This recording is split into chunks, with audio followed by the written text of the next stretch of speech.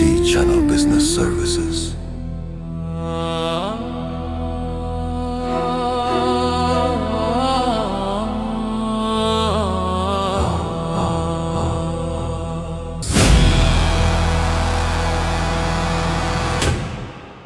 Welcome, dear followers, to MT Channel. Before we dive in, I'd really appreciate it if you'd take a moment to subscribe, hit that bell icon so you don't miss anything, give this explainer a like, and of course, share it with your friends.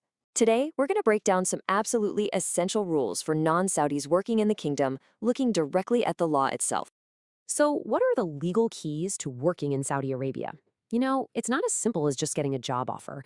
It's a very structured process.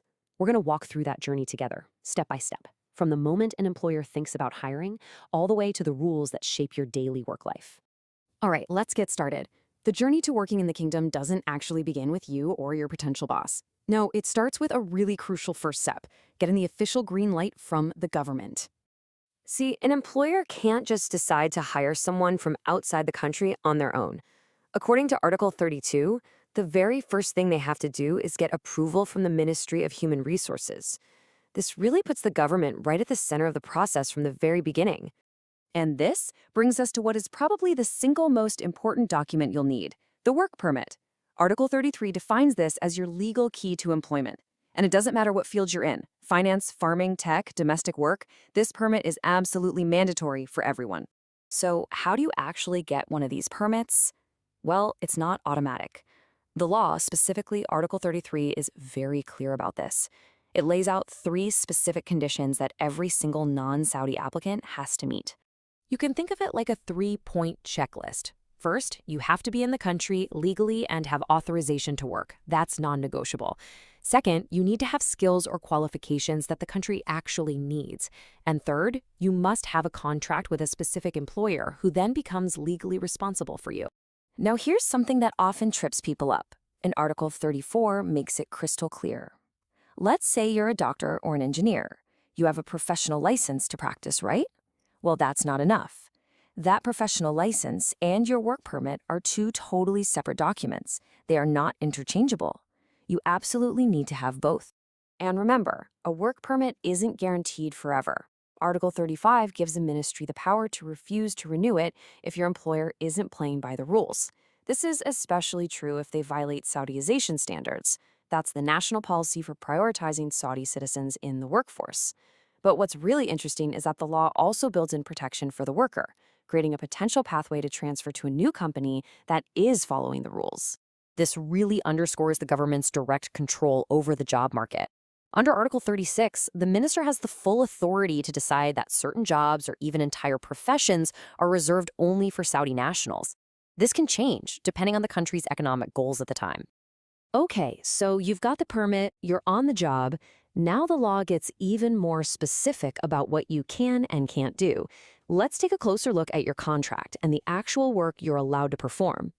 When we talk about contracts, Article 37 leaves zero room for confusion. For any non-Saudi worker, the contract has to be in writing and it has to have a specific end date. There are no verbal agreements, no open-ended deals. In fact, if someone forgets to put a duration in the contract, the law automatically steps in and sets it for 1 year.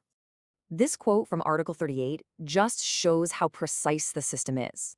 The job title on your work permit is the only job you are legally allowed to do.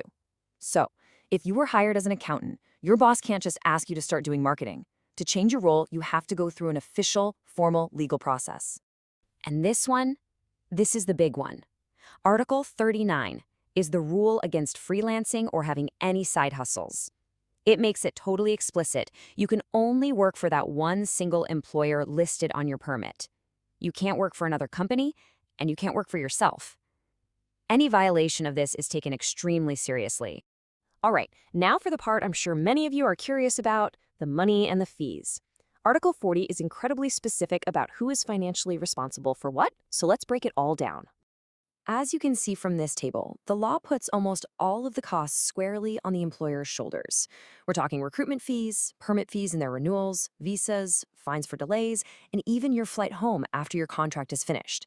The only time a worker's on the hook for their return ticket is in very specific situations, like if they resign without a good reason.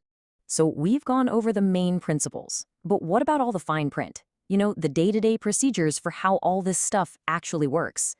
Well, the law itself points us in the right direction. Article 41 basically acts as a signpost. It tells us that the ministry issues a whole separate set of detailed regulations that spell out the exact procedures for everything we've talked about, things like transferring jobs or renewing permits. So if the articles are the what, these regulations are the how. So the biggest takeaway here is that nothing is left to chance. The law creates this incredibly structured framework that clearly defines the responsibilities of the worker, the employer, and the government at every single step of the process.